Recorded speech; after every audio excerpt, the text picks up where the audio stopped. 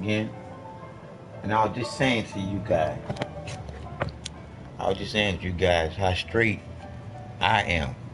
And I'm just praying that most of y'all open your eyes up to see that the creativity which is in you is the creator of you.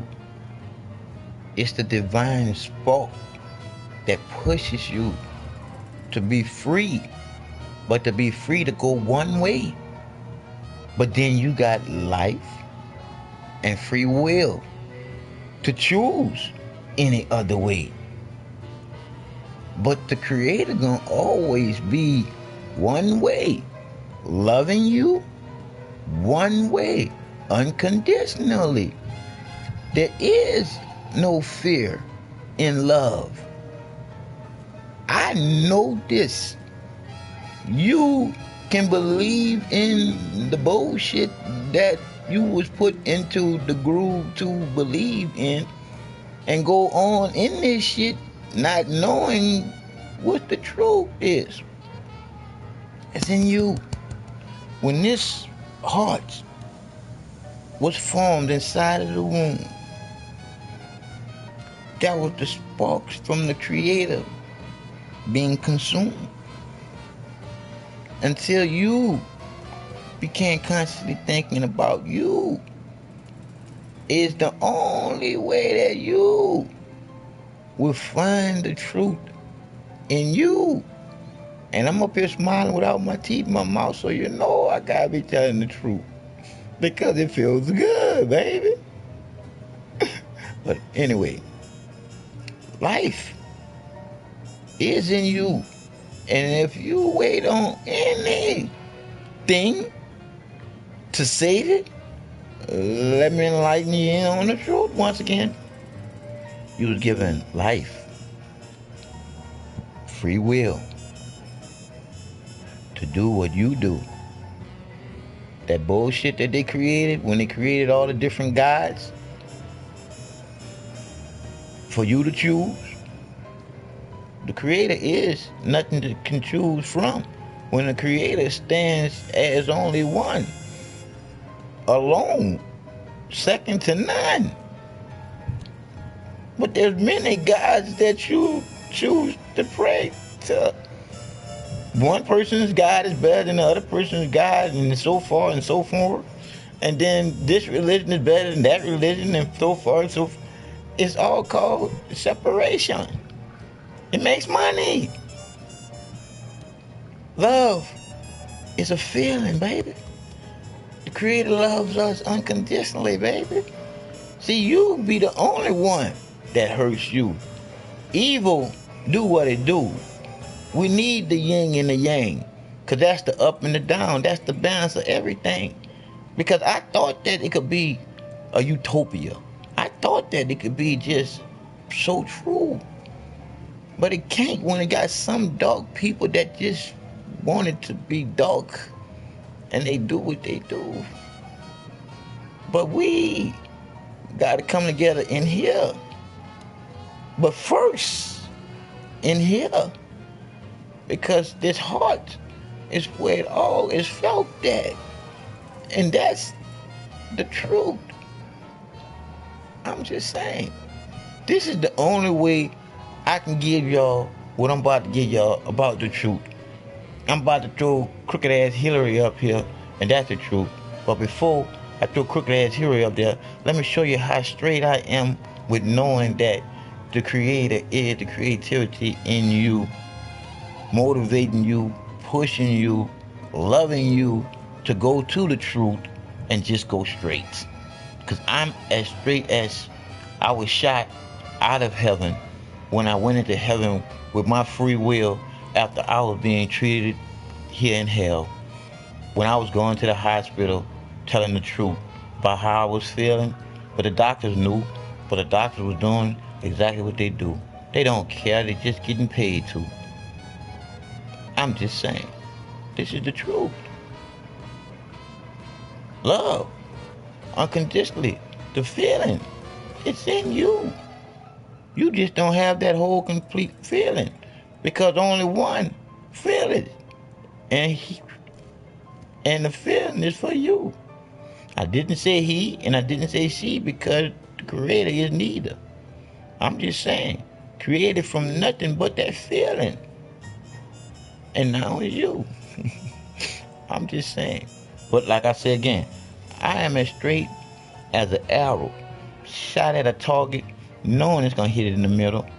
It wasn't no God that saved me. It was the truth. It was the true divine light, the one and only sun that shines bright in the sky. The only one. If something happens to it, we all done. You don't have to go through the sun to get to no farther because there is no farther. The sun is the only one. That's man that drove that shit together. I'm just saying. I'm as straight as an arrow shot at a target, knowing it's gonna hit it straight in the middle. I look just like my avatar on Grand Theft Auto. I'm just trying to kick it in the middle. I'm trying to show people that you don't have to do what someone else is doing. Like with this Grand Theft Auto, I try to tell the kids on this Grand Theft Auto that should not be on the Grand Theft Auto because the things that they're being taught on Grand Theft Auto is things that they shouldn't even much learn growing up as an adult. They should just learn it by seeing it on TV. They shouldn't be able to actually act out the act of killing or robbing a bank or stealing a car or any of those aspects of what's in the game. Because the ones that made the game had something totally different in mind when the game was coming together to be a game. But I'm just saying, life ain't no game. So you gotta realize in this game, the enemy is the game itself. So the missions are the game. When you think about it, do you get paid to kill someone else that just like you? Y'all the same. That's how it is in the real world. You playing it in the game though. But I'm just saying, this game is a spiritual opening to a lot of bullshit. And you kids, come on now. Y'all just starting out. Y'all mind, y'all heart, y'all spirits can't even much grasp what this game is all about. Because this game could fuck y'all life up before y'all life even start out. So-called moms and so-called dads, I basically pray and pour my heart out to you. If you don't have right now minutes to society, after this game get through with your kid, you will. Yes, you will do. But it'll be your own fault. Because you letting a game raise your kids.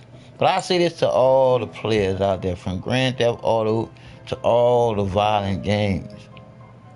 When you're killing somebody that got a name on top of their head, that's just like killing a human being all the same. You're pulling the trigger, baby. It's a spiritual act that you're doing in a spiritual way that you do it. Because spiritually, you're all thinking about what you're doing when you do what you do, when you pull that trigger to kill that person on that TV screen. So I'm just saying, you gotta look at it for what it really is. It's insane. But if you look at it for it being a game, get in the missions to do the missions against the computer. Stop doing the missions against each other. Because see, when you get angry against each other, you got somebody else on the other side to motivate that. But when you beating the computer up, and you win against the computer, getting all the money from the computer, come on now, you don't have nobody when you mess up. It's you and your friends. It's cool, dog. We can fix that up. That's nothing. But going against somebody that wants to motivate, there's gonna be no change. It's gonna be the conflict constantly. Because I explain to you like this. I don't want to be first in nothing no more. I'd rather be second. Because when I was in the light, I learned a lot. Why be first if you don't deserve to be first? Why be first if you ain't gonna do what it takes to be first? If you're not willing to give up your life for the whole circle of life, Why would you be first for somebody to look up at you like you're light? Think about that one. Because if you asked me to say it again, I probably couldn't. It's just the creativity in me pouring out to you. The love, unconditionally, the feeling that the Creator has for all of us. But the Creator will appreciate y'all. Stop praying to the word God. Give the credit to the Creator. Because God is many, just as well as the Bible says, don't say the Creator's name in vain. And look how easily y'all can call out the name God, especially when having sex. Something to think about. Like the Arsenio Hall show. Something to make you go, So we're going to do a little Grand Theft Auto. No, I told I was going to do Hillary. Yeah, Hillary, you bitch, you. Yeah, I told y'all going to get Hillary. It might cut us off, but we going for it. Hillary, here we come for your stinky anus. Hillary, you dirty. Killing innocent people and acting like a saint. And you ain't worth a quarter. Let's go.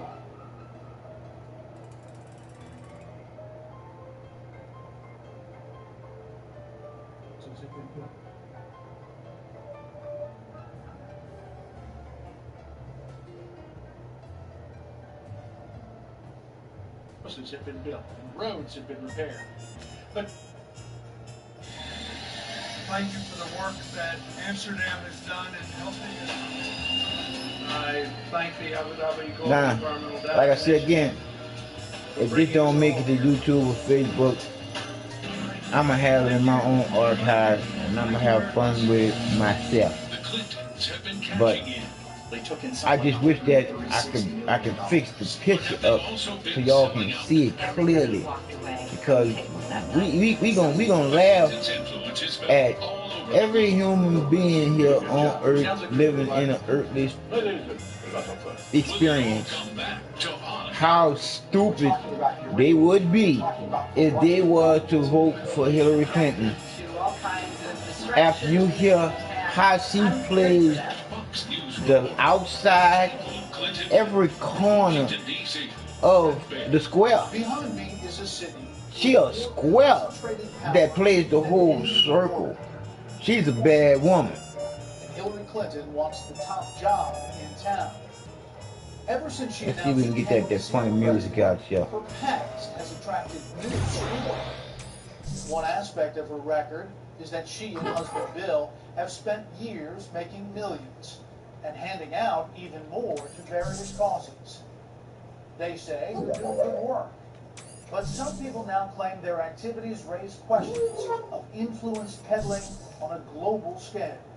Tonight, we'll look at those charges. This is a story that goes around the world. We'll start in Haiti. January 12, 2010. Haiti suffers a devastating 7.0 earthquake. Now, like I said again, the first thing they're going to do in Haiti is they're going to put up cell phone towers and shit to send money and shit, instead of bringing the money straight into the infrastructure and fix it inside out. See, that's the thing about the bullshit. It is the bullshit if you don't want to really look at the solution to the problem. The problem is these people here, these greedy cockazoids. Bill Clinton had previously been named UN Special Envoy for Haiti. He and Hillary. See, I do it like this here because I have no other way of doing it like these other guys are doing it. And I don't want to be on here, you looking at my face like some new caster. Because I'm doing this to be somebody telling you about the news. I'm doing this here for you to lay up there and see what's inside of a human. Because if we don't care about our poor if we don't care about our homeless, and we don't care about our hungry, who else will? We already seen that the people that's supposed to be governing the world, no, governing the United States. Well, the people that's supposed to be governing the world. That means that every person in every country that's supposed to be doing what they're supposed to be doing by believing in love are not doing what they should be doing. When you look at all the misery that's going on all over the world, it's bad. It shouldn't happen. If you think about it, the technology that we have today, they shouldn't have no one homeless, no one hungry, no one sick without some genuine help. When you sit and think about it, it's not just our government that's killing us. You dig? It's the FDA that's part of the government also that's supposed to be straight and not allowing all different type of things to get through. And what I mean by different type of things to get through, different type of drugs that go through that's bad. Because I'm a human guinea pig to let you know that I done went through dealing with some bad drugs that was given to me as a guinea pig.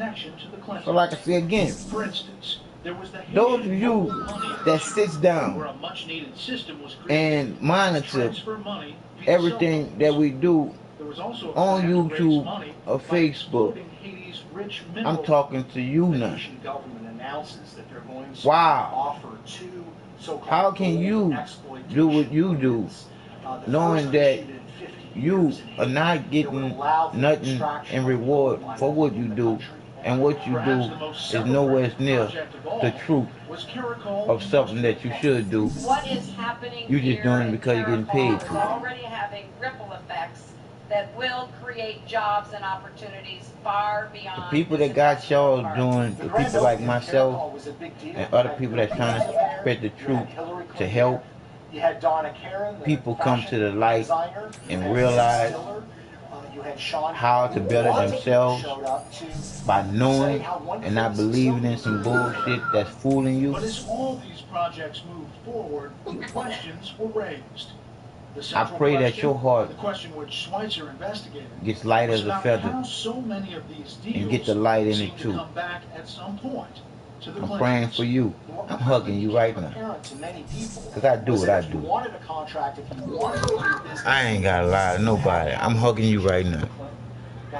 Because it's all on you.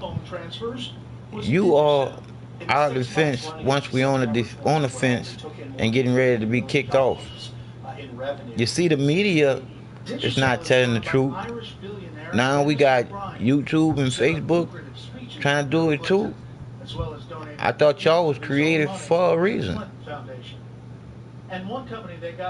But all of you that have the power to let the truth come out in this hour, it's time to.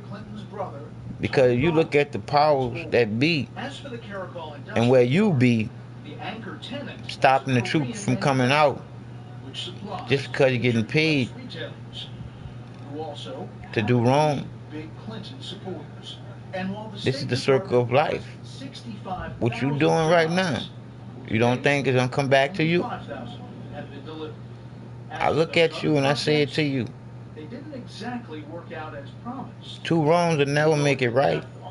It takes one to take that sacrifice. Though Bill Clinton may have left office a while ago, and that's what I'm saying about being one, being number one. You gotta be that one to be that one.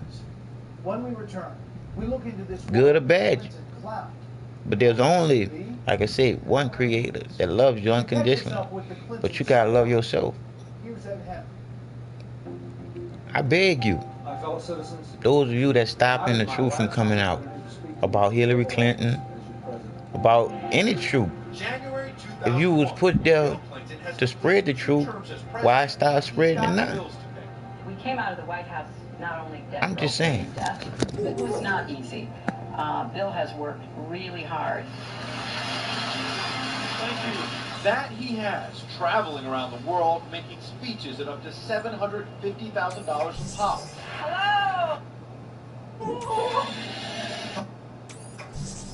Hello! This led to a memorandum of understanding, which had explicit requirements for both Clintons. One was that they were going to disclose all new contributions to the Clinton Foundation and its initiatives.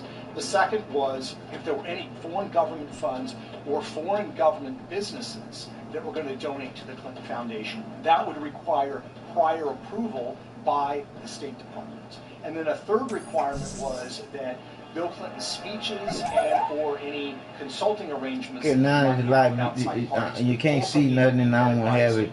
Or you can't see nothing. I hate that shit. Hillary became Secretary of State, and the I just wish that continued to do its work. I knew all that shit that they have so you can get a better picture, but 9 times out of 10, this ain't gonna go out. So I ain't tripping. All I know is I hate when I live there and use technology and put things down by voice recognition, and then one of you guys from YouTube or Facebook press it so it don't go through. I ain't gonna lie to you, that do hurt. Because when I go and try to word check that thing myself, that shit give me a headache. When we return, we'll look at what So when y'all erase that one up, that y'all see I put something down that came from my heart and I put it on paper, when y'all see that there and erase it, just know that hurts. The dealings of Bill and Hillary are part of what Peter Schweitzer calls the Clinton blur, a mix of money and politics, diplomacy and personal interest, all so interconnected that it's easy to get lost. It's so hard when you look at the Clintons to try to figure out where the charity ends and begins, where their profit-making ends and begins, and where their official powers as Secretary of State or Senator ends and begins. See, and I put these things down because some of y'all can't sit down long enough to get what's right in front of you, and that's the truth. Schweitzer took us through a number of these cases. For Gotta realize, there's money from the Middle sooner or later, you gotta stop being a puppet. Sooner or later, you gotta be real to yourself. I'm just saying. Administration and Hillary Clinton's State Department because of Iran sanctions, and that is that certain UAE companies are continuing to trade or serve as transshipment points to Iran. Okay, so now, fast forward a couple of months. On December 12th, you have the foreign minister of the United Arab Emirates who is flying to Washington, D.C. to meet with the Secretary of State, Hillary Clinton, over some troubling issues. That very same day, the foreign minister's brother, who's the crown prince, is paying Hillary's husband, Bill Clinton, $500,000 for a speech in Abu Dhabi. Come on now. As for They buying spots. They buying spots. The United States of America is a corporation now. United States of America ain't for the people. These bitches done sold us out. This is the truth that I'm talking about, that they don't want to come out. We don't have no real type of news because they'll let the shit hit like this here, but they don't want to let nobody talk to it. You did, because they don't want me to be talking to it, because I am you. I'm your color. You see, because you notice that you don't see no brothers. Soon after, Hillary Clinton's State Department urged new, broader You see, sanctions against they already know that most of y'all gonna live there and go watch rap records and shit. But if y'all see me with the truth, is the truth, and I'm not gonna stop telling it, because even when my eyes close, I'ma still be yelling it, because I'm eternal, baby. I'm on here telling what these people are doing me here in Houston, Texas. I'm on here telling people that I done been to 3 hospitals and sent home, shit like that there. I'm telling people that I've been told that I was HIV positive and I wasn't. June 2010, and ain't nothing going on. I've been telling people that transportation drivers and left me out in front Walmarts from 4 o'clock in the evening to 6:30 in the morning. That's the type of shit that they're doing to the handicapped. So I imagine what they're doing to the elderly. But I'm here, elderly people, I'm here. When I say I'm here, I'm here. I'm here. I'm about to show you how much I'm here. She had pledged to defeat while running for president in 2008. As I have said for months, I oppose the deal, I have spoken out against the deal, I will vote against the deal, and I will do everything I can to urge the Congress to reject the Colombian free trade deal. Also in Colombia with Bill Clinton was Frank Giustra, a billionaire businessman and family friend. We'll meet again. Let's go down the timeline as you have it. Frank Giustra, a Canadian billionaire, arrives in Colombia with Bill Clinton on June 8th, 2010. Hillary, at that same time, meets with President Uribe. What's troubling is in that the days that follow, Frank Giustra, who is one of the largest contributors to the Clinton Foundation, sees not one, not two, but actually 3 of his companies get major concessions from the Uribe government in Colombia.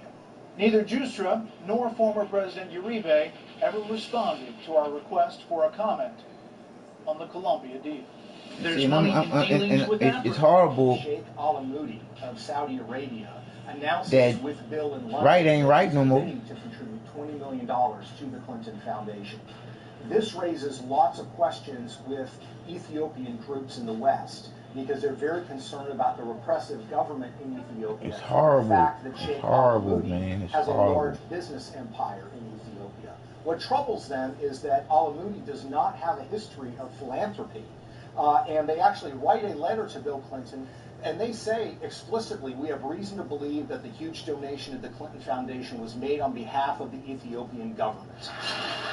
When Hillary Clinton becomes Secretary of State, one of the things that she needs to do is certify Ethiopia on human rights, but Hillary Clinton granted them a waiver, which allowed them to continue U.S. assistance, even though that they weren't complying with U.S. law.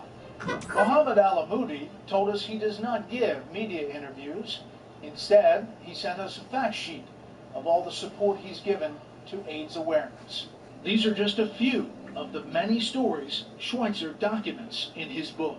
Bill Clinton's average speaking fee is somewhere around $175,000 to $200,000 over the years. The problem is that once Hillary becomes Secretary of State in 2009, the number of big paydays where he gets paid $500,000 or more to give a speech, one speech, overseas, increases dramatically. So far, we've seen stories of the Clinton blur, as author Peter Schweitzer puts it, wheeling and dealing that mixes philanthropy, politics, and lots of cold, hard cash. In this process, the Clintons allegedly used their influence to raise funds for both themselves and causes supported by their foundation, all while skirting the rules by doing favors for their benefactors. These favors aren't just shady deals. With the clout of the Clintons, they can have far-reaching effects on the international scene. Consider the stunning case of Kazakhstan and how American uranium ended up in the hands of the Russians. Remember businessman and Clinton friend Frank Giustra? Well, he figures in this story too. On September 6, 2005, Bill Clinton shows up in Kazakhstan, where Frank Giustra, a Canadian investor, has been trying to get control to buy a couple of uranium mines. And he became really partners in a way with Bill Clinton, working on philanthropic activities. I came to him with an idea about creating an initiative to alleviate poverty. Furthermore, Frank Giustra has been involved in helping to facilitate speaking engagements for the Clintons. Frank Giustra and Bill Clinton were whisked to the presidential palace of President Nazarbayev in Kazakhstan. And it's a fascinating story because everybody walked away from the table that night with something. The story caught the attention of Pulitzer Prize-winning New York Times reporter Joe Becker. What President Nazarbayev got was this huge propaganda coup. Bill Clinton basically endorsed the progress that Kazakhstan had made in terms of their own democracy, which was sort of interesting given that President Nazarbayev was elected with 90+% of the vote in an election that was widely criticized as being rigged. Bill Clinton has a public press conference with President Nazarbayev where he praises his rule and praises his human rights record.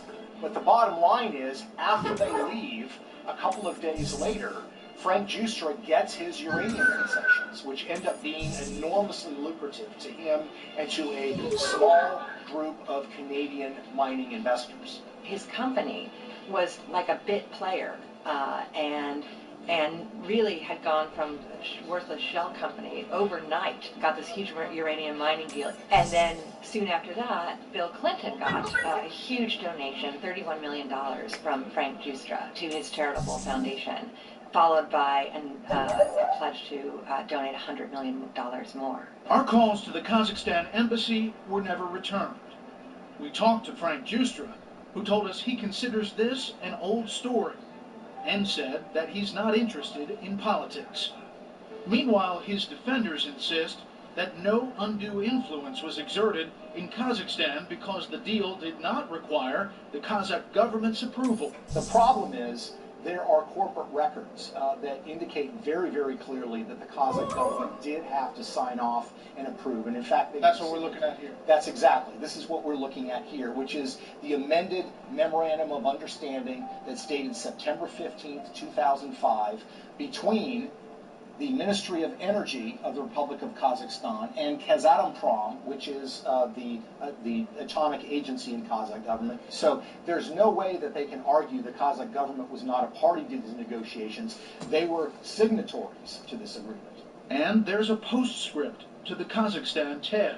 Kazakh officials wanted to take an equity stake in Westinghouse, which is a U.S. company that works in the civilian nuclear field. When you have a sensitive industry like Westinghouse is involved in the nuclear industry, that requires review by the U.S. government. So the potential investors came to America to see the man who could make things happen. Frank Giustra arranged for Kazatomprom officials to go to Bill Clinton's house in Chappaqua.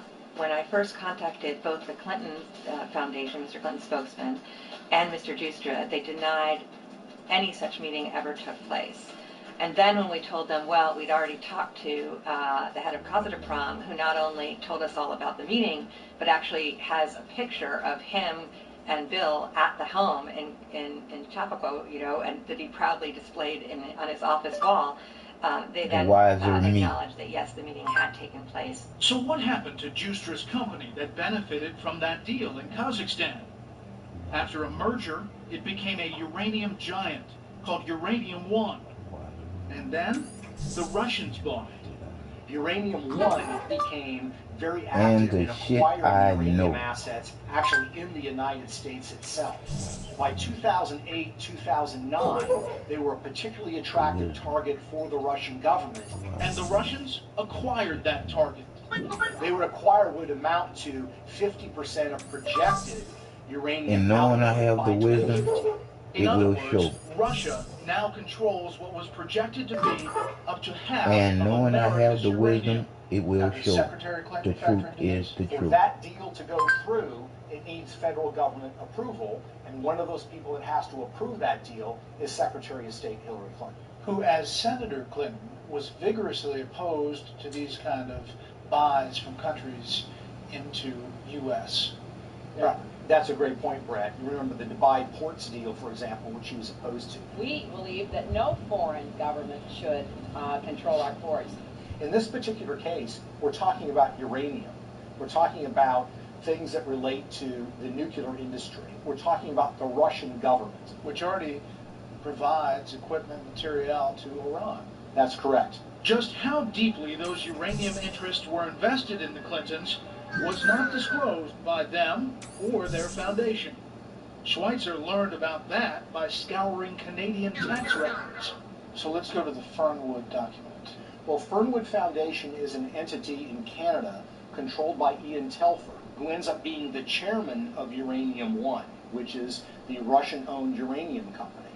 Ian Telfer, in 2007, made an individual contribution to the Clinton Foundation. The problem is, based on Canadian tax records, in this particular case, made a payment of $250,000 to the Clinton-Juster Sustainable Growth Initiative. They are required to disclose the donation. They failed to do that. This is a hidden contribution. And over the course of a couple of years, you're talking about more than $2 million from the Fernwood Foundation to the Clinton Foundation. When you actually go to the Clinton Foundation website itself on disclosures and type in Fernwood, you find no contributions listed whatsoever. Uranium One and Ian Telfer declined to comment. So what this amounts to in the end is a Russian company, essentially controlled by Vladimir Putin, will now be in charge of a substantial portion of American uranium.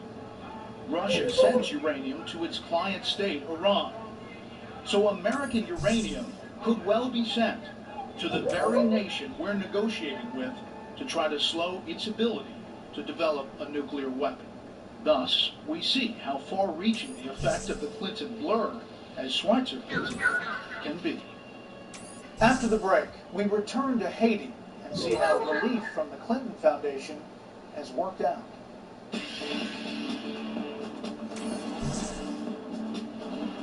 Earlier, we looked at the aftermath of the 2010 earthquake in Haiti and the various rebuilding projects. But 5 years later, what are the results? Our John Roberts traveled from one end of Haiti to the other to find the answer. This is the hilltop home of Jean-Max Bellerive. He was Prime Minister of Haiti in 2010 when the devastating earthquake hit. Together with former President Bill Clinton, he headed up the interim Haiti Recovery Commission, which had a very big say in where much of the billions of dollars that was pouring into Haiti would eventually be spent. Bellerive explained to me the importance of having Bill Clinton on the commission. Jean-Max Bellerive is not going to attract in a permanent way Fox News, CNN, ABC. We needed a figure that will attract the people to keep Haiti on the news.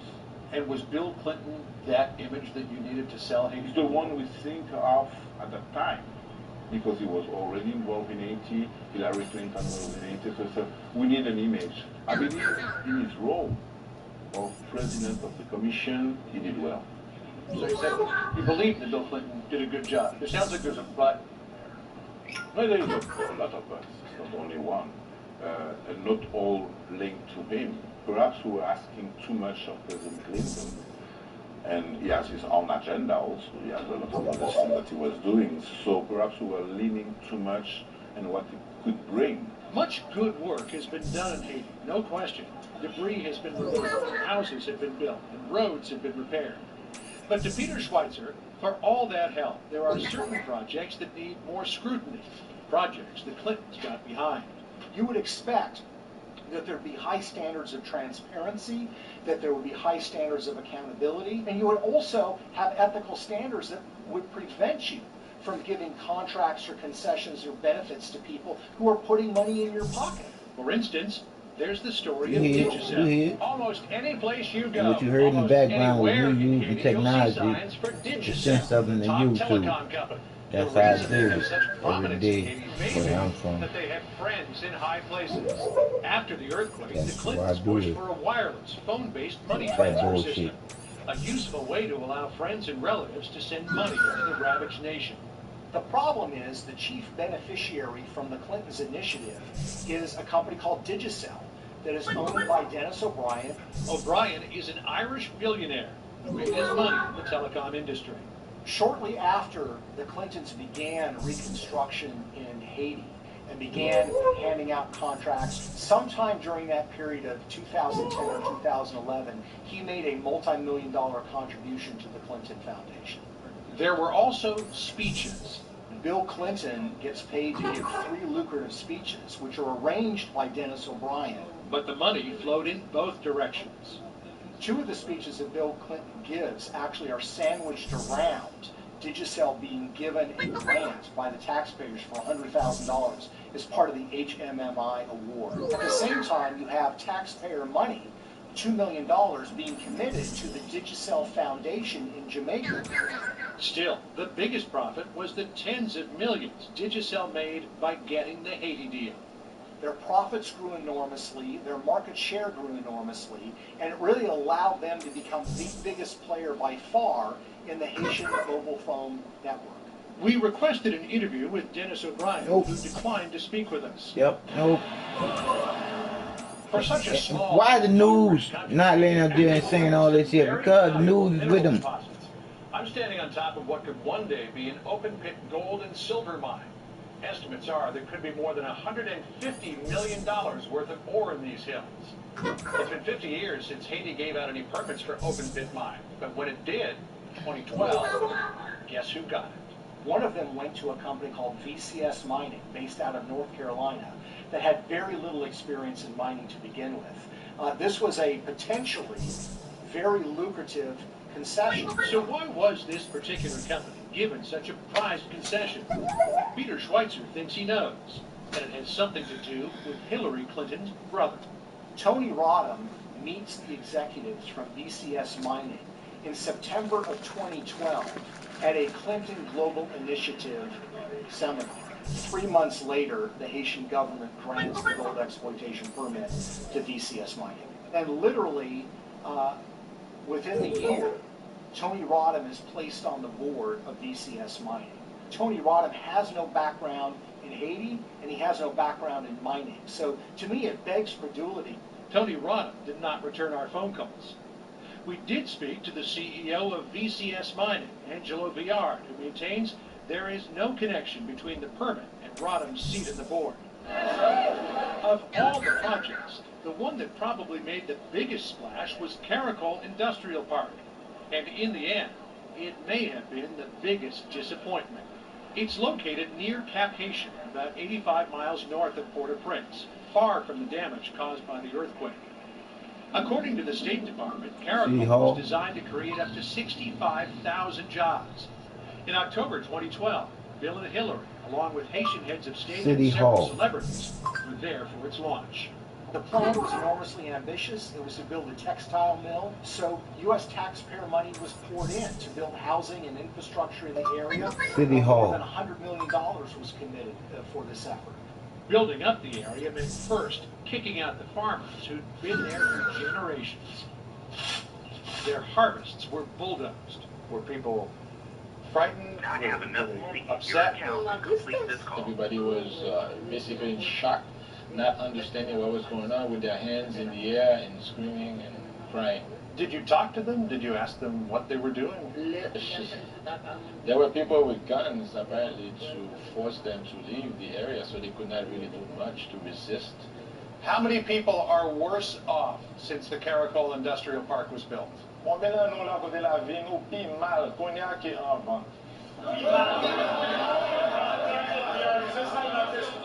We did contact the biggest tenant here, the textile company, but so far they haven't gotten back to us about paying them a visit. I was able to round up a worker at Caracol. I can't identify him, however, because he's afraid of losing his job. He works from 6:45 in the morning till 5 p.m., getting paid 225 gourds a day, which is about $5 US. Wow. The salary is not near what it should be, but because of the lack of jobs availability in this country, he pretty much has to take it. Like I said again, this is the shit that our government don't want us to know about. Basically, everybody's pretty much... This is what other governments are doing, other people in other countries. And those of you who's blocking all of this from the people to know this, you just imagine if you get fired, all you're going to do now is go and try to say what you know, and nobody ain't going to listen because they're going to think you're lying. So why don't you make a dent in this bullshit, get together with some people in your job, and get your whole job. Well, yeah, I forgot it. That power is beast. That power is beast. You gotta feed your family. You part of that beast. Wow. That's cold-blooded, yeah.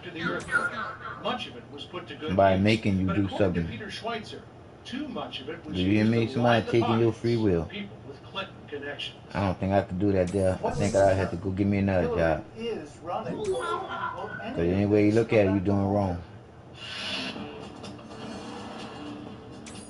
her? As a presidential candidate, Hillary Clinton offers something new and different.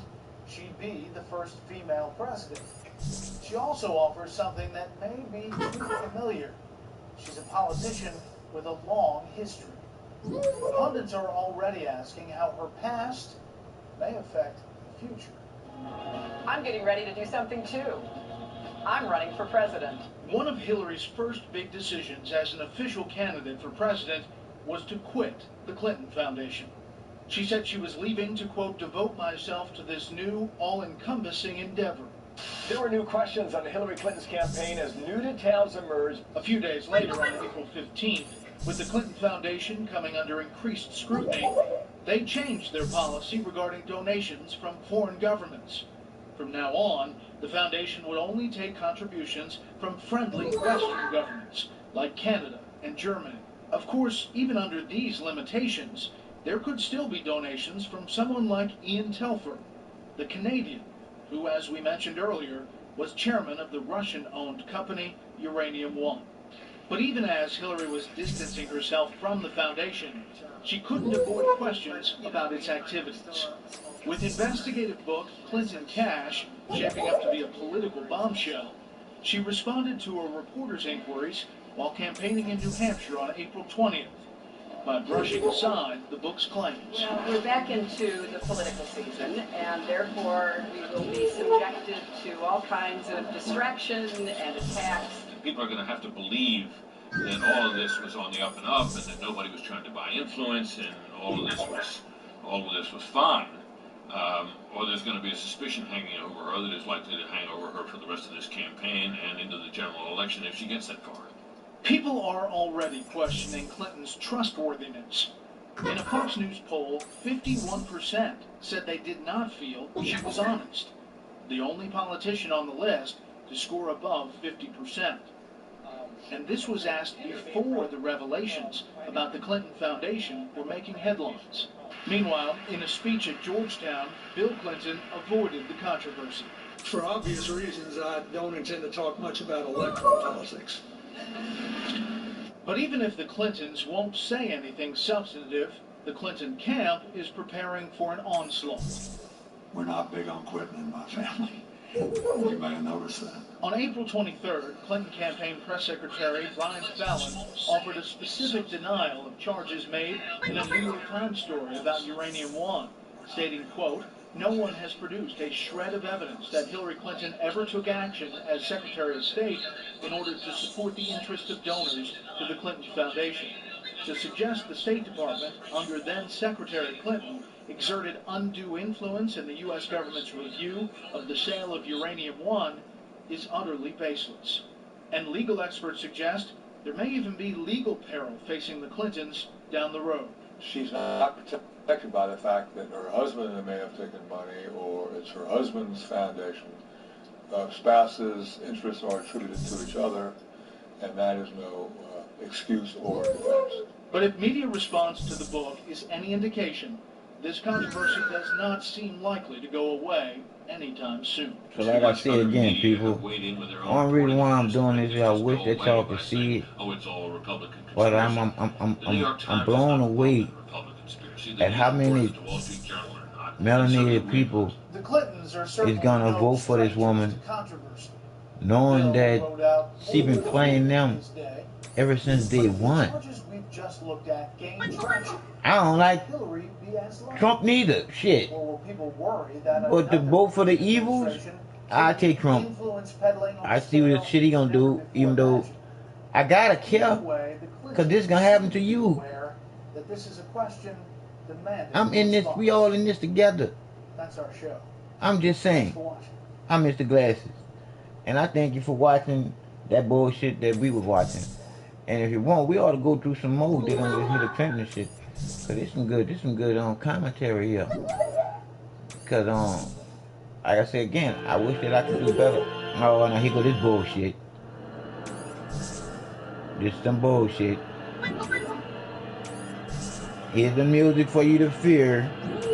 You hear the music, the drama music. Bullshit. You don't have to worry about the drama music. Because you don't have to fear this shit. All you gotta do is just watch out for this shit, fix the shit. I was there at the beginning.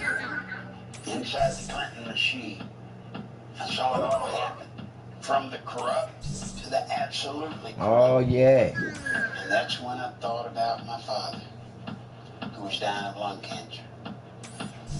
And what he would do if he knew the man I'd become. And then I thought about my daughter. What if the cocaine they were bringing in was to end up getting used by her? I hit my knees that day and asked God to forgive me. I wasn't a good person. I worked in special operations in Central America, South America. I did a lot of bad things. But I hit the bottom that day and said I was going to make up for it. And now, I just want to see these criminals brought to justice. I want to see these criminals brought to justice too. Sons of bitches. Not made president, but put where they belong. In prison. In prison. I tell you like this here. If it had been any of us, we'll be in jail. One thing about Hillary. We'll be in jail right now. We're not pushing up daisies. I'm just saying, it shouldn't be good for one and different for other when we all created equal. But we all know that's some bullshit. The Hebrews were created better. I'm sorry. But anyway, it is what it is. The truth is the truth. And the truth will set you free. And the only place where you can be free is where it starts at for you to be. And it starts in your heart, baby. It starts in your heart. And I tell you right now, I will stop Hillary. Oh, that boy, that sound determined, y'all. That boy sound determined. There that bitch go. There that bitch go. There that bitch go. That's bad bitch, boy. That's bad bitch, boy. Go, Hillary, go, you bad bitch. I really just want everybody to take a deep breath and relax and just, sit back because here they come again. We're going to have to just ride through this as we have so many of these other false accusations. False accusations. InfomentWars.com. Let me get the air clear about this. The email scandal. I'm with you, Informant Wars. Don't think I'm just using your shit to be using your shit. I'm using your shit because your shit already on there. You don't want to let me put my shit on there, so I'm piggyback riding with you, baby. Cause we got to come together about this bitch, yeah. That bitch gonna put us all in concentration camps. You never want to run as the anointed one. You always want to run as the underdog. Now it's kind of hard when you're building Hillary Clinton with all the hoopla and who they are now. How do you get to be the underdog? If you look at the email scandal, where did the email scandal come from? The New York Times. No. The New York Times has never been anything but a PR firm for the Clintons. Nah. Even if they had it, there's no way the New York Times would have broke a story about Hillary. Nah. They do damage to her. Made her popular, baby. What she's done, they have used the email scandal to catapult them into an underdog status. Yeah. Now, as we get closer to the election, when you get Yeah, that boy, huh? and you get into the general election. More, I told you, see, they ain't gonna have no black people explaining this. Go ahead and write It is for the black people. But I'm here. I'm your commentator for this bullshit. You know what they're gonna say? They're gonna say, oh, we've checked all this out, and it turns out there was nothing to it. Yep, you hear him, huh? That's what's gonna happen. It's all used to stage Hillary. Now, if you don't believe me, remember when Hillary ran against Barack Hussein Obama? She should have used our system then, but she didn't. She came in and she was the anointed one. And he whooped her. She's not making that mistake this time. And by the way, if you notice, Hillary's also done the other thing you have to do at the formative stage of a campaign. She's gone around, she's sucked up all of the money that's out there. So anybody tries to run against her, I hear people ask me, what do you think about Biden? I don't think about anybody. What are they going to run against her with? They have already laid claim to the money. Once the American public begins to see the emails, they will have an unprecedented insight into a high government official's daily communications, which I think will be quite interesting. You may have seen that I recently launched a Snapchat account. Those messages disappear all by themselves. You see, when Hillary gets in office within 6 months, according to the plan we wrote back in 1986, literally there's a plan called the 86 Plan, and it's where we finalized and put everything down. Within 6 months, she will make Bill ambassador to the UN.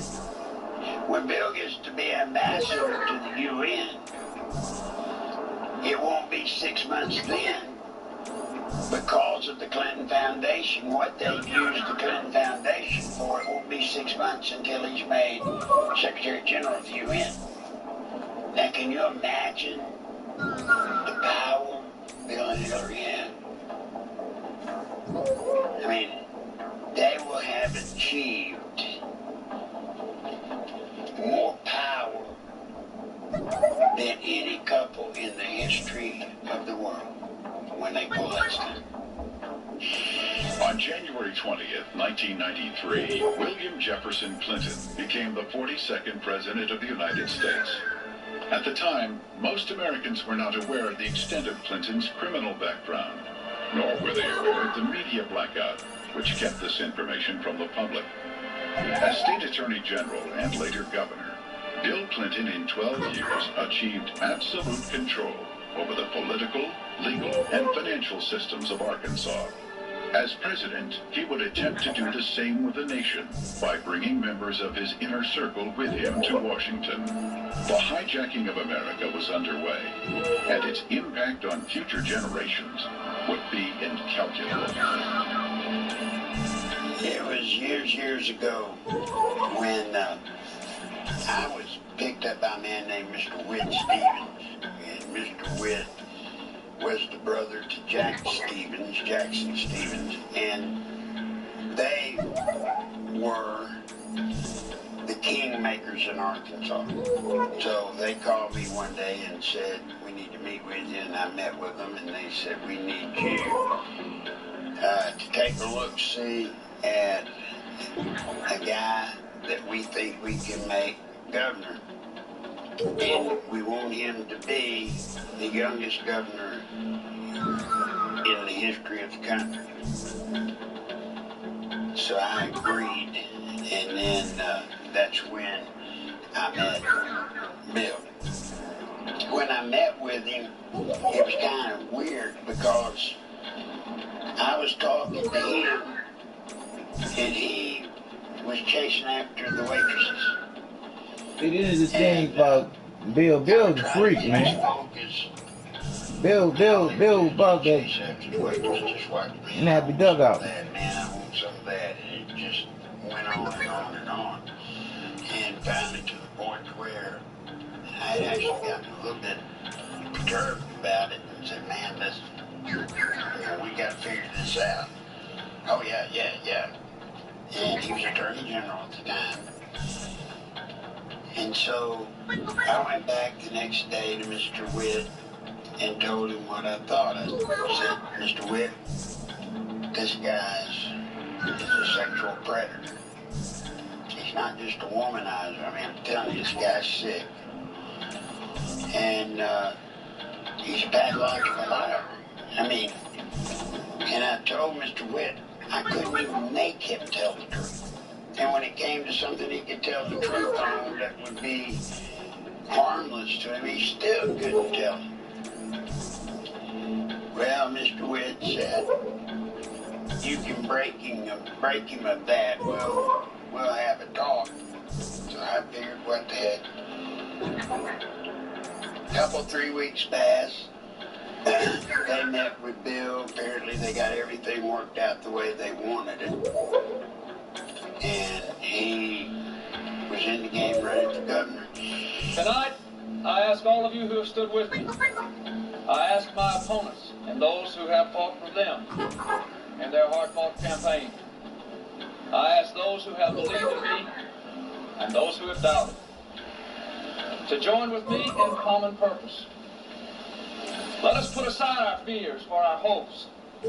Let us trust each other and work to forge a future that will enrich the lives of our people. A future that will strengthen our traditions and our faith. A future that will make us proud that in our time we gave our best. God bless you all. Thank you very much. No, they didn't tell me anything about it. They didn't say anything to me about it. The airport in question, a matter for federal jurisdiction. State really had next to nothing to do with it. We had nothing, zero to do with it, and everybody who's ever looked into it knows that. Your president, the President of the United States, not only was a part of the system that was laundering millions of cocaine, your president signed off on it. You can't deny that he did. You see, because of that, there's one little catch. Every loan at bank, Bill Clinton himself had to sign off. More than Bill Clinton. You better identify the people in the loop for drug running. You better identify the people in the loop for money laundering. And what you'll find there is those people go straight to Washington. Act 1062, if you look at it, it says that ADVO was developed and created to provide low-interest bond loans for churches, schools, colleges. So look what happened to our legislature. They voted on a bill creating ADVO, thinking that they were getting money to colleges and schools to buy books and so forth. A better way to run thousands of tens of millions of dollars, launder it, clean it up, and use the cover of a state agency to do it. When Oliver North, Poindexter, and those guys got KO'd, knocked out of the box because of Iran-Contra, I was asked to come down and help, and I did. I had to cut loose from there. It got bad. There was something happened with a little girl and her mother that I don't want to go over. But it fried my brain. And it was time to quit. My family said that why didn't I get in touch with my buddy Bill Clinton and get a job with the state and get out of that racket. I called Bill, and Bill said, "You bet, we've got a place for you." And he brought me on to this agency called the Arkansas Development Finance Authority.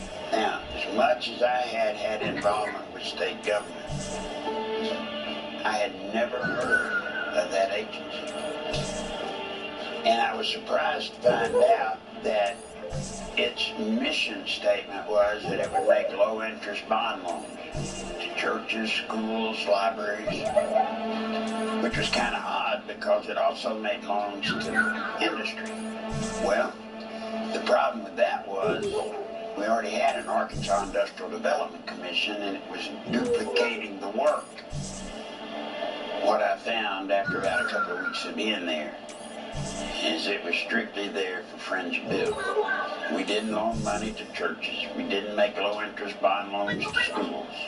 We made low-interest bond loans to Friends of Bill. Jennifer Flowers, in a tabloid interview for which she was paid, says she carried on a long-term affair with Governor Clinton from the late 1970s through the end of 1989. Look at me now. Are you prepared tonight to say that you've never had an extramarital affair? I'm not prepared tonight to say that any married couple should ever discuss that with anyone but themselves. Pawpaw Towers is the place where Jennifer Flowers had an apartment Anybody in power in Arkansas knew Bill with his girlfriends and all that, but nobody would dare talk about it. I filed a lawsuit, and I brought him out. I named him. One of the women was Jennifer Flowers. Well, as was the day, Clinton's controlled the media here. Loving love. Anything. I had a big press conference on the steps of the Capitol. All the media in the state was there. I walked all the way down the hall. They got it. They videoed me walking to the hall. Those Bill's office, those lawsuit across his desk. Pretty dramatic, I might say. Nobody covered it. Nobody. Eventually, Four words starting with L, ending with E, that sums up life from beginning to the ending. Regarding Clinton's sexual liaisons, his drug usage, and his criminal activities relating to ADFA and Whitewater.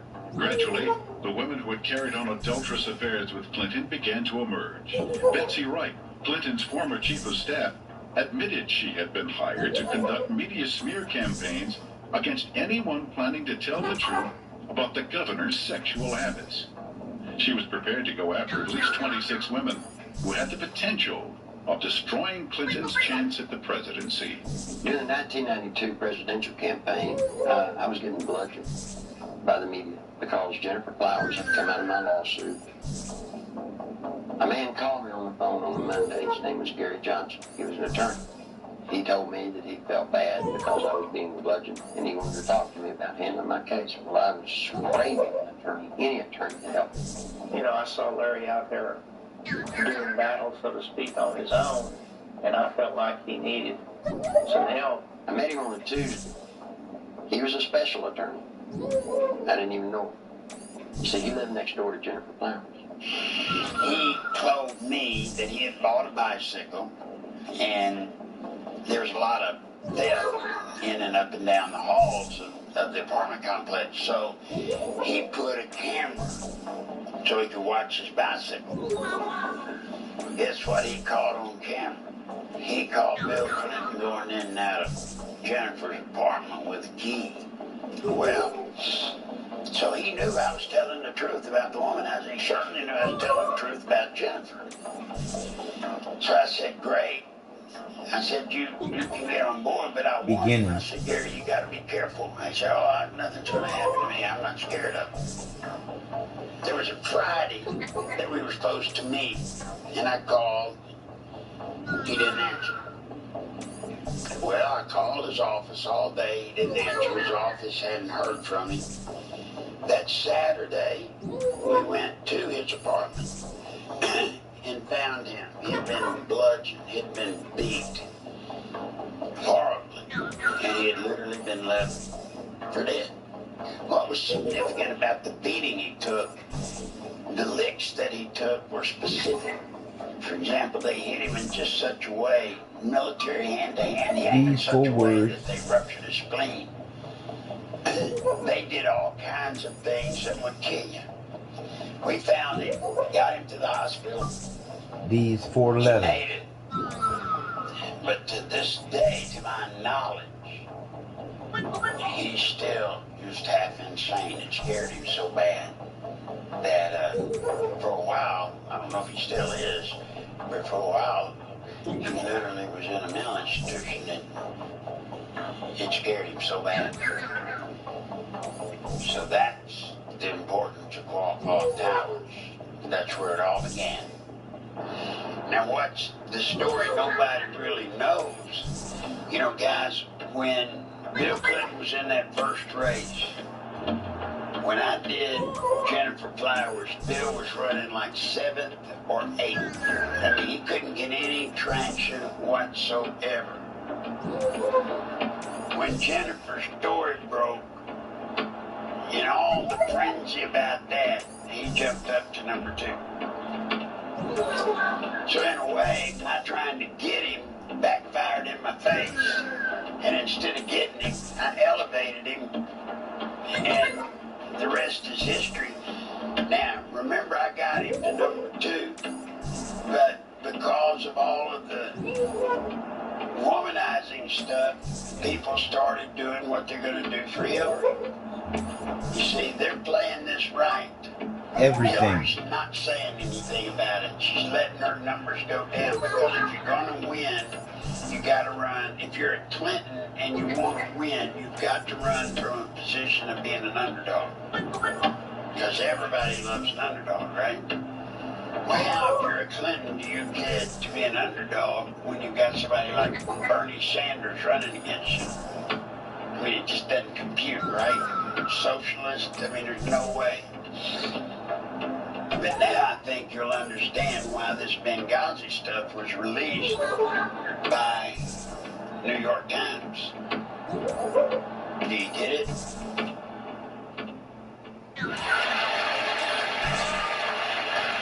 I'll tell you a couple of stories about fraud. The Bohemian Club. As you say, the Bohemian Club? That's where all those rich Republicans go up and stand naked against redwood trees, right? I've never been to the Bohemian Club, but you ought to go. It'd be good for you. Get some fresh air. I know nothing about the Bohemian Grove with Bill. I know about once a month Hillary From the would go out beginning Los to the Angeles. ending.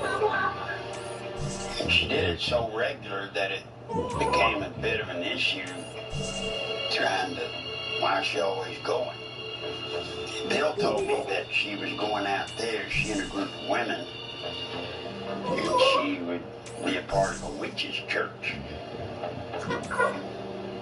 And, man, when Bill told me that, you could have hit me with a baseball bat. I tried to point out to him. He realized what had happened if that got out. And of course, my job was to make sure it didn't get out. Now, I don't know today if Hillary still partakes in the witch ritual. I don't know that I even know what the ritual was. But for the better part of many years, Hillary would go quite often, whether it was regularly once a month or maybe once every couple of months. She would go out on the weekend simply to be a part of it. How it all started. The great story here, for anybody willing to find it and write about it and explain it, is this vast right-wing conspiracy that has been conspiring against my husband since the day he announced for president. You know, it's so sad that when something tragic happens, that people, maybe out of a desperate attempt to make sense of the world, try to create conspiracies and, you know, act paranoid and all that. What's going to happen to you not in explainable 4 except for stages? people who just want to cause trouble. You let it rub off you. Yeah, you have to. Rose off. How do I put it into words? When Bill became governor, I believe the paycheck for the governor was $28,000 a year. Hardly the kind of money that would get you up into the higher. To leave here, to begin Hillary went to the Rose Law Firm. She, a Will new Hubble, Vince Foster, beginning. they went there because that gave Hillary, once again, it gave her a vehicle that she could use. By Bill being governor, Rose Law Firm being the lobbyist for all types of major industry, which Hillary would facilitate, they made a fortune. You know, Tom and Bill have a lot in common. They both have wives who support them in these efforts that they are engaged in, both emotionally and financially, I might add. The money went to Hillary, not to Bill. So when you try to check out Bill and say, well, gosh, he made a fortune when he was governor, certainly made more than $20-something thousand. That's how they did it. They did it through Hillary and the Rose Law Firm. Got them everything they wanted. Before becoming eternal. The people we are fighting today, we funded 20 years ago. We came, we saw, we died. Genetically modified sounds Frankenstein. Drought resistance sounds really something you want. We cannot let a minority of people, and that's what it is. It is a minority of people hold a viewpoint that terrorizes the majority of people. We are in an information war, and we are losing that war. It's no secret that we're going up against some pretty powerful forces that will do and spend whatever it takes to advance a very different vision for America. The best way to stop Hillary, let me tell you, there's only one way to stop Hillary. You know, it's not going to be Benghazi. It's not going to be the email scandal. I don't think that'll hurt her. The information I've got that has to do with Vince Foster will carry the day in the end. If Hillary is to be stopped at all, that's what's got to do it. That's why they consider me such a threat. Remember, Bill said it. You know, some reporter asked him who was the worst enemy of the Clintons. He said Larry Nichols, and so many words and stuff. There's a reason he says that, because I'm holding the actual files. From the outset, the investigation into the death of Vince Foster has been marred by controversy. At Bill Clinton and Attorney General Janet Reno's insistence, responsibility for the investigation. This is what I do when I'm putting things on Facebook. Even though Foster's death fell within the jurisdiction of the FBI, not until his death had sufficiently developed into a full-fledged scandal 7 months Think about it when you think to yourself. The results of the FBI's investigation, along with the findings of the Park Police and coroner, were incorporated into a report issued by Special Counsel Robert Fisk. The report, released June 30th, 1994, confirmed suicide as the cause of death. However, a careful examination of key I don't care pieces what of you evidence think taken about what I directly just from the report said. itself Just as long as you're thinking, I'm okay with it. consistent with the report's own conclusion that Foster took his life. The official coroner's report depicts a large gaping 1-inch exit wound located 3 inches below the crown of Foster's head. According to Fisk, the area surrounding the body at the park was meticulously searched to a depth of 18 inches, but no brain tissue or skull fragments were found. An FBI analysis found none of Foster's fingerprints on the gun, despite the fact the gun was found in Foster's hand. However, the FBI did make one extraordinary discovery. One latent fingerprint was visible on the underside of the right pistol grip, approximately 2 inches from the base of the grip. This print did not belong to Foster. No attempt was made to determine the identity of the person. You're just reading what they're saying on here. That's good, because I can't read it for you. There's another story that you have, which is the Secret Service memo. Now that's where the Park Police officially notified the White House Secret Service that they had found the body of Vincent Foster. And that version, they say they found him in his car in the parking lot of Fort Marcy Park. And it went so far as to say a .38 caliber revolver was found in the car with him. It went into detail saying that there was a 6-pack of Orland James wine coolers in the front seat. One that had been opened and he drank it, the others hadn't been opened. It said his briefcase was in the back seat. It's in detail. That story, she can't run away from. And I know people say, well, good God, Larry, that's Vince Foster, that's owners. No, that's a death.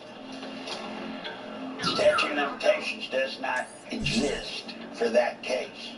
I'm not saying Bill and Hillary killed him. I'm not saying they had him killed. I don't know.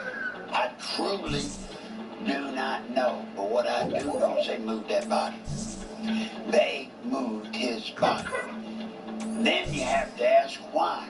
Why did they move his body? Because where he died would have been under the D.C., Washington, D.C. police. And had that have been discovered, something would have come out.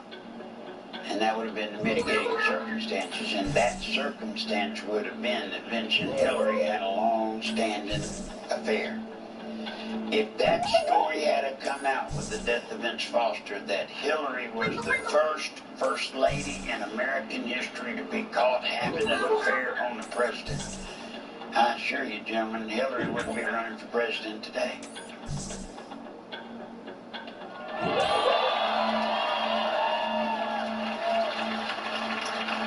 That is why I am That's running why they for killed that dude. president of the Oh, United States. no. Now tell my boy that. Ask why they killed him. He was not only he was fucking Hillary. In Arkansas. Wow. She was in the Benghazi hearing when she said, "What difference does it make?" Yeah, that was horrible. What difference at That was this horrible. point does it make? Makes a lot of That's the difference. Hillary I know. It make a lot of difference, baby. Somebody died, man. That's the Hillary Some people died and they called for help and no one came, man. unleashed That ain't what happens when you call 911. on America. But I know sometimes they'll come, and one that comes shouldn't be the one that comes, and they'll treat you bad. I know. With what they slept Because I said what happened to me March the 5th, 2013 is what I'm be talking to City Hall about. what's going to happen to my grandbabies. I'm gonna get my spot on the roster right now while y'all hearing me. As I know Alex is, to try and stop it. That's what we're going to do. One way or the other, we will stop it. You know, we're incredibly close to losing our country. Incredibly, and it's more than just Hillary. It's the Congress becoming traitors, turning us. You know, Washington is just a cesspool of traitors. That's why I have a plan that I plan to introduce. And basically, the short version of it is states' rights. Washington has no power at all. It ain't got power to do any of the stuff it's doing. Unless we, through our states, exceed that power. Where I stand, where you stand, that's the ground to protect, right there. Don't let Washington come get it. Don't let Washington come get it. You take care of it. It's right there in front of you. Say, this is mine, and you can't take it. If we do that, we'll be all right. If we don't, generations to come will never see what we've had. Never. That's my story, and I guess I'm sticking to it.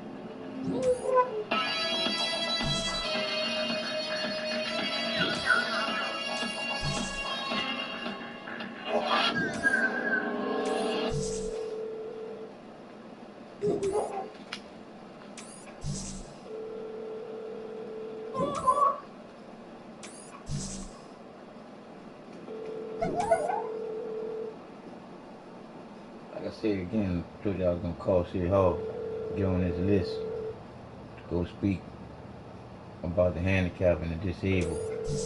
Let them know that, hey, we people too. I ain't answer the phone. Oh, that's right, they did a damn holiday. Oh, I forgot about that shit. They ain't even having a meeting tomorrow. Ain't that about a bitch? That goes to show you I ain't worrying about this bullshit that's supposed to be holiday bullshit. All them holidays are some bullshit because it's an Independence Day. Man, come on now. And nobody wasn't fucking, not no melanated people. I'm just trying to told you. So we gonna go up there and go to the Grand Theft Auto. Y'all ain't gonna be able to see it, but I'll be able to talk to you while I'm doing it though. Boy. This bad boy going to hell in a nut basket. Believe that. It's cold blooded. It's wrong. So I ain't gonna be able to see because we on PlayStation. See, boy, I wish y'all could see that scenery right there, boy. That's beautiful scenery right there, that boy. I'm trying to told you.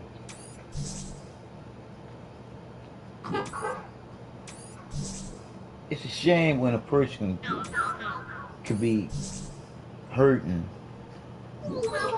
and need to go to the hospital but won't. Because, not to be saying that I'm afraid, because I'm not. I just don't want to suffer in a place where no one give a damn about me. And I won't. I won't. I'll heal thyself, as I've been doing.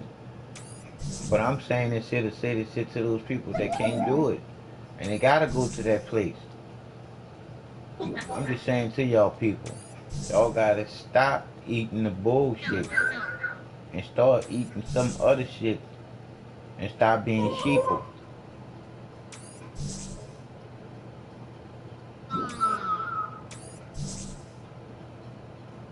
Cause we gonna be online. Y'all might not be able to see what y'all want to see, but y'all be able to hear me when I speak. Cause it is what it is. I'm thinking I could cut this off and just go back to my Grand Theft Auto and just come off of this shit. Cause I'm fine. We done did enough of this shit on here. But I want to play on Grand Theft Auto on here anyway. So I'm gonna see what's the difference right now. But I stopped this shit right here. Cause I'm through. I gave y'all what I had to give to you. And that's basically every day that I can do with the motivation. You go straight from the creator, which is in me, the creativity, which is the sun, the one and only one. If something was to happen to her, we all through. And that's it. And like I said, the sun, it's not a man or woman. It's just the sun, the divine light of all life. There's only one.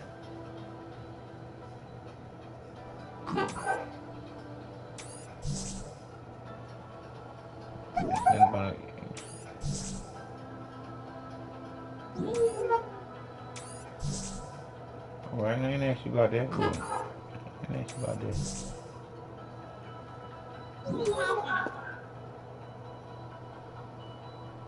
Alrighty then. Peace and hungry people.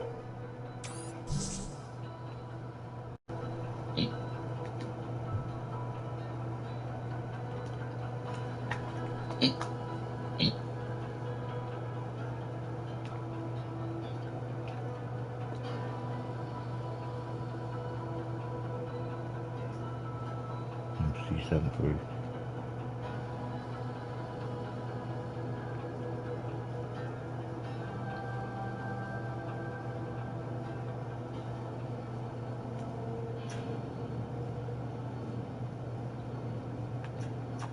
Oh, I guess I can't. I might well stop because I can't really